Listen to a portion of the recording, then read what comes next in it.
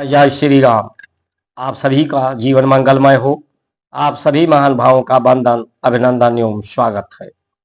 आप सभी महान भाव जो समस्याएं विकराल रूप लेती जा रही हैं, चाहे बेरोजगारी की हो, भ्रष्टाचार की हो, बीमारी की हो, न्याय संगत व्यवस्था नहीं रह गई है, ऐसे समय में इस वीडियो को आप सभी महान भाव जो अपने जीवन को सफल करना चाहते हैं, उनको ये वीडियो पूरा देखना चाहिए और देख करके अधिक से अधिक subscribe, like, share, follow, comment करके परमात्मा की कृपा प्राप्त करने के लिए ये सराहनीय योगदान करना चाहिए।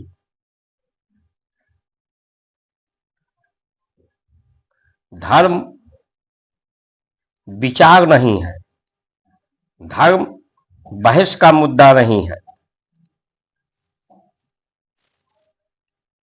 धर्म, लोग कहते हैं कि हिंदू राष्ट्र हो तो हिंदू की परिभाषा क्या है? हिंदू की परिभाषा नहीं होगी तो हिंदू राष्ट्र कैसे होगा? हिंदू की जो परिभाषा है सहिष्णु होने का, हिंदू सहिष्णु है। हिंदू स्वयं में विष्णु है, वैष्णव है।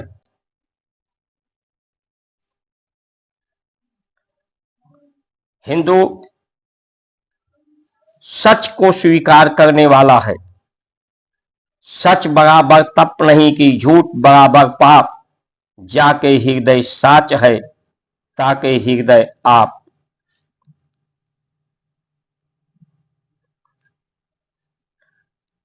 झूठी ये हमारी इंद्रियां झूठ को ही देखती हैं, सत्य को देख नहीं सकती। इंद्रियां झूठी हैं, ये झूठ को ही देख पाती हैं। इनकी क्षमता झूठ को देखने की है। जैसे उदाहरण के रूप में सूर्य को हम देखते हैं तो क्या सूर्य का जो आकार हमें दिखाई पड़ता है उतने बड़ा आकार सूर्य का है? सूर्य की जो दूरी हमें दिखाई पड़ती है पृथ्वी से अपने आप से, उतने ही दूरी पर सूर्य स्थिति है। सूर्य का जो प्रताप, ताप का हम अनुभव करते हैं तो क्या सूर्य में उतना ही ताप है? तो इसका सही जवाब यही होगा कि नहीं। हम सूर्य का जो वास्तविक आकार है उसे हम नहीं देख पाते। सूर्य की जो दूरियां हैं दिखती है उतनी दूरी पर नहीं है, वो हमसे बहुत दूरी पर है।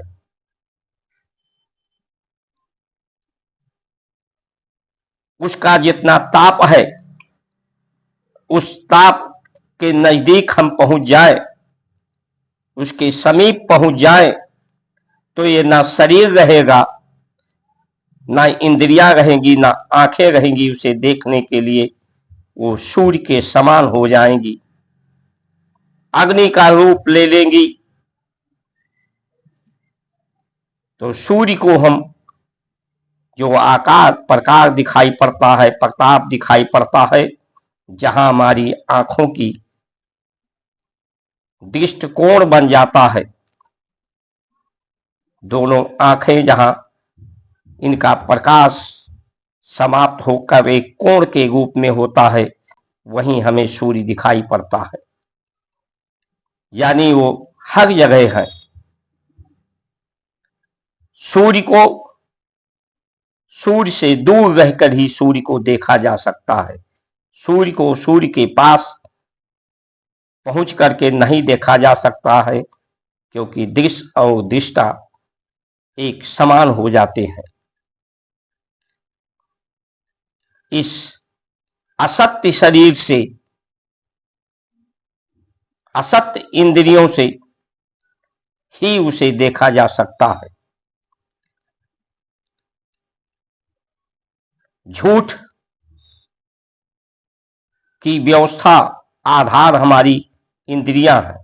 अहंकार जो अहम अपने को मानता है,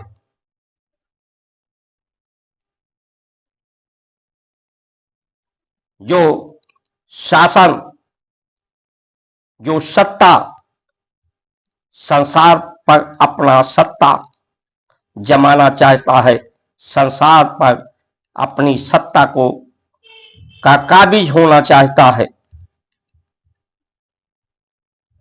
वही झूठ है।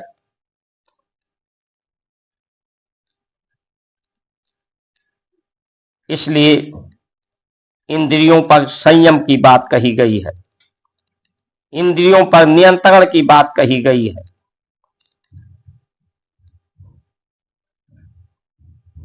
इसके लिए कुछ उक्ति सुझाए गए हैं, कुछ सत्य नियम, धरा के सत्य नियम का पालन करने की सूत्र, सिद्धांत, दृष्टांत, उदाहरण प्रस्तुत किए गए हैं।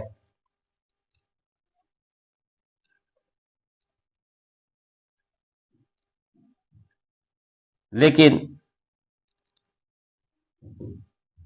जब मनुष्य जब भी इस संसार में, पूर्व में, द्वापर में, त्रेता में, तो मुसलमान या क्रिश्चियन या और धर्म जिसकी भी बात करें, कोई भी धर्म नहीं था, एक सनातन ही था, सनातन ही संस्कृति थी। लेकिन उस समय भी झूठ जब भी बढ़ा, झूठ बोलने की स्वतंत्रता, मनमानी करने की स्वतंत्रता, इस संसार की सत्ता पर काबिज होने की विचार जब भी पैदा हुए, तब तब पाप बढ़ा, अन्याय बढ़ा, तब तब परमात्मा ने प्रकृति के सहारे से जो सज्जन थे, जिनके हृदय में सत्य के प्रति निष्ठा थी, सत्य से प्रेम था, सत्य में लगन था, उनके सहयोग से युग का परिवर्तन हुआ, पाप का अंत हुआ, झूठ का अंत किया।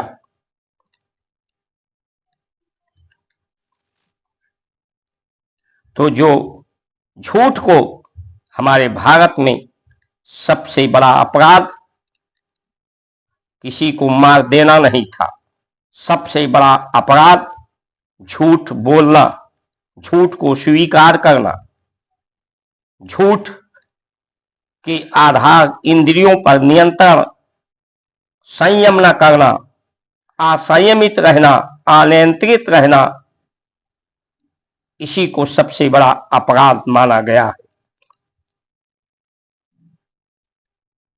सत्य यही है, सच कि ये परमात्मा का ही सत्ता को स्वीकार करना कि ये परमात्मा का संसार है, परमात्मा ही इस सत्ता के स्वामी हैं, उनकी अधीनता को, उनकी दासता को, उनके दास बनकर, उनके सेवक बनकर, और ये परमात्मा की जो पहचान, परिभाषा,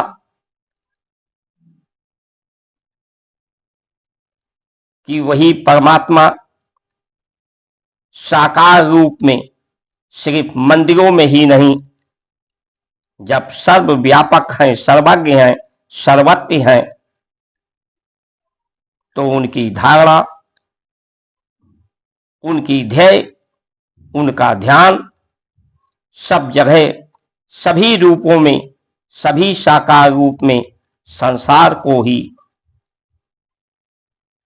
पूरी जगत को परमात्मा के समान स्वीकार करके उन पर श्रद्धा, विश्वास, प्रेम, सेवा, सत्कार, आदर हो, किसी का अनादर न हो। क्योंकि किसी का भी अनादर होता है, किसी का विरोध होता है, तो वो सीधे सीधे परमात्मा का अनादर है, धर्म का अनादर है, परमात्मा पे अविश्वास है, धर्म पे अविश्वास है।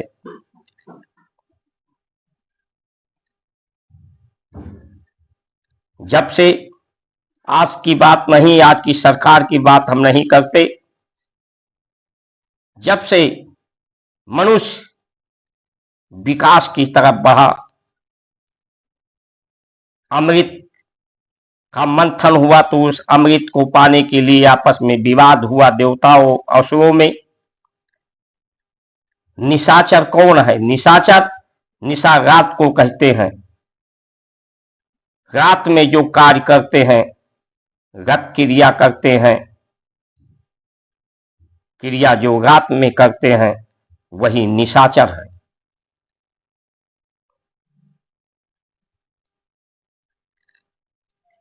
जब ऐसी स्थिति हो कि न्याय संगत समाज न रहे, न्याय संगत व्यवस्था न रहे, जैसा कि आज देखा जा सकता है कि करोड़ों मुकदमे लंबित हैं, समय से किसी को सरलता से, सुभजता से न्याय मिलना असंभव सा होता जा रहा है।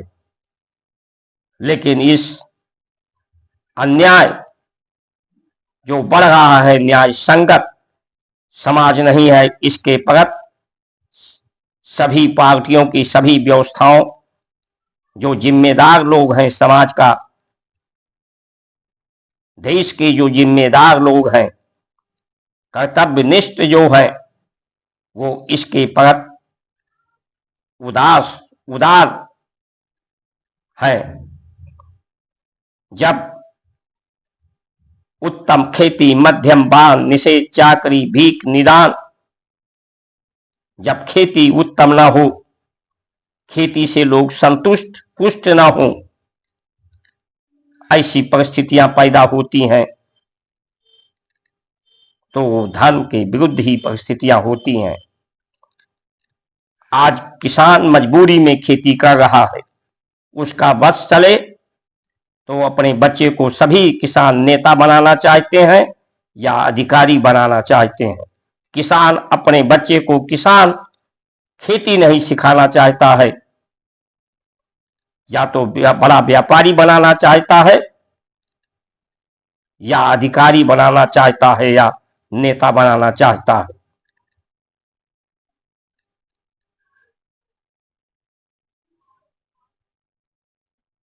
सत्ता का भूख, सुविधा की भूख जब जब बढ़ी है, तो इस सुविधा को लेकर, सत्ता को लेकर के ही अनेक पंथ पैदा हुए, अनेक मजहब पैदा हुए, अनेक कबीले पैदा हुए, जिन्होंने अपने समूह बना करके इस सत्ता पर काबिज होने का भरपूर प्रयास किया। जितना भी प्रयास हो पाता है, लोग प्रयास करते हैं। तो ये परमार्थ की, परमात्मा की सिद्धि, परमात्मा का संसार, परमात्मा के इस संसार के स्वामी होने का परमार्थ आज का मनुष्य सिद्ध नहीं कर पा रहा है, संत सिद्ध नहीं कर पा रहे हैं। संत भी विचारों में उलझे हैं, बहस में उलझे हैं, डिबेट में करते हैं।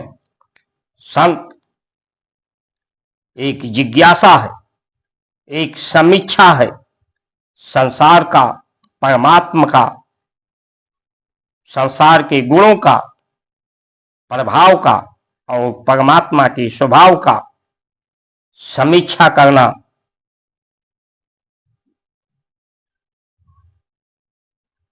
उसके प्रति जागृत करना, उसकी समीक्षा करना, उपदेश को आदेश समझकर शिरोधार्य करना और उस आदेश का शिरोधार्य शासन सत्ता से करवाना। पवित्रता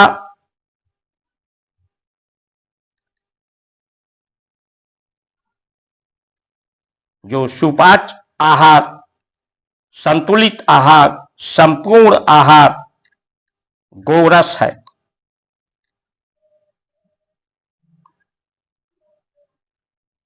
जो गौशालाएं अधिक से अधिक स्थापित करने के लिए संत को सरकार पर, समाज पर आदेश उपदेश करना चाहिए। मंदिरों को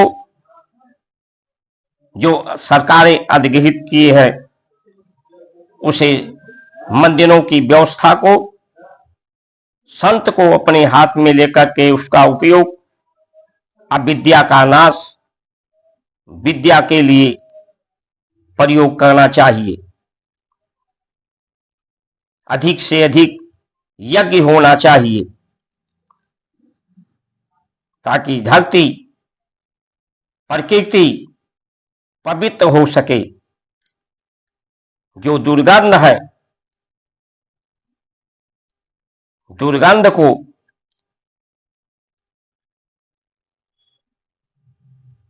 महानगरों की दुर्गंध को निकाल करके, शहरों तक की गंदगी को निकाल करके गांव के धरती तक पहुंचाने का कार्य, धरती में मिलाने का, जिससे आहार की गुणवत्ता बढ़े, किसान की